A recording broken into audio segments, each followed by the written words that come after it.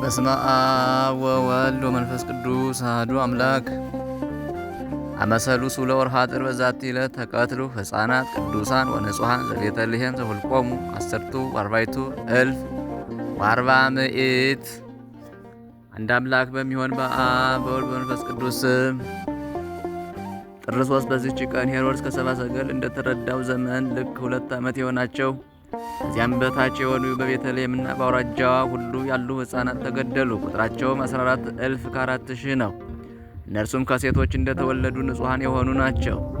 በከበረ ወንጌል እንደተነገረ ሰብአ ሰገልም ከሄዱ በኋላ እነሆ ሄሮድስ ሕፃኑን እንዲገድለው ይሻዋልና ተነሳ ሕፃኑንና እናቱን ይዘ ወደ ምድረ ግብፅ ተመለስ ብዬ እስክነግርህም ከዚያ ኑር ብሎ የእግዚአብሔር መልአክ ለዮሴፍ በሕልም ነገረው። እርሱም በሌሊት ተነስቶ ሕፃኑንና እናቱን ይዞ ወደ ግብፅ ሄደ።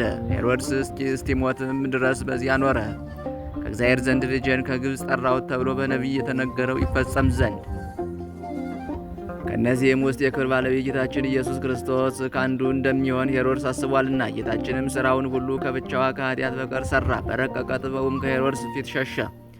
ሄሮድስ አግኝቶት ሊገድለው ቢያስብ ያለ ጊዜው መግደል ባልተቻለውም ነበርና ሰነፎች ሰዎች ሰው መሆኑን ምትሃት ነው ብለው ባሰቡ ነበር። ስለዚህ የክብር ባለቤት ጌታችን ሸሸ። ሁለተኛም እግዚአብሔር በፈጣን ደመና ተቀምጦ ወደ ግብፅ ይወርዳል ተብሎ የተነገረው ትንቢት ይፈጸም ዘንድ፣ ዳግመኛም ከክፉ ነገር እንድንሸሽ ለእኛ ሊያስተምረን የግብፅንም ጣዖታት ያጠፋቸው ዘንድ ነው። ይህን ያህል ብዛት ያላቸውን ሕፃናት መሰብሰብና መግደል ለሄሮድስ እንዴት ተቻለው? ተንኮለኛ ሄሮድስ ምክንያት ፈጥሮ የ2 ዓመትና ከዚያ ያነሱ ሕፃናትን አሳድገን ጭፍራ እንሰራለት ዘንድ የሚያዝ የንጉሠ ነገሥት ቄሳር ደብዳቤ ከኔ ዘንድ ደርሷል። ወርቅ፣ ብር፣ ቀለብ፣ ልብስም እንሰጣለን ብሎ ወደ ሀገሩ ሁሉ ላከ። ስለዚህም ከእናቶቻቸው ጋር ተሰበሰቡ። ያን ጊዜ ከእርሱ ዘንድ 1200 ወታደሮችን አውጥቶ በተራራ ላይ አረዷቸው። ነቢየ ኤርምያስም የተናገረው ተፈጸመ። ራሔል ስለ ልጆቿ ስታለቅስ ብዙ መከራ፣ ጩኸት፣ ሙሾ፣ ለቅሶ፣ ዋይታ በራማ ተሰማ። ልቅሶ መተውን መጽናናትንም እምቢ አለች። ልጆችን አልሆኗትምና ያለው ተፈጸመ።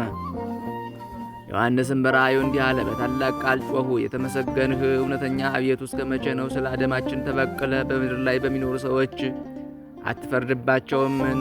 አሉ። ከእነርሱም ወገን ለእያንዳንዱ ብሩህ ልብ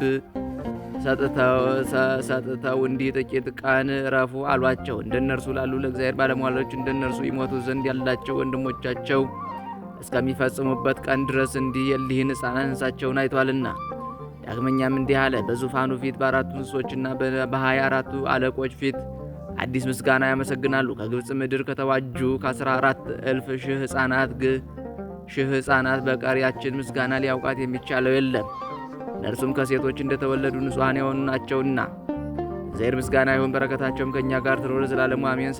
ሰላም ለሕፃናት ዘቀተሎሙ ሄሮድስ እንዘ ይመስሎ ምስለ እሉ ከመ ይትረከብ ክርስቶስ ልበ አበዊሆሙ ነደ ወዘእሞሙ ከርስ ጊዜ አስተራየ በመልዕልተ ገጻ ለየብስ ሀሊበ አጥባት ምስለ ደም ውስ።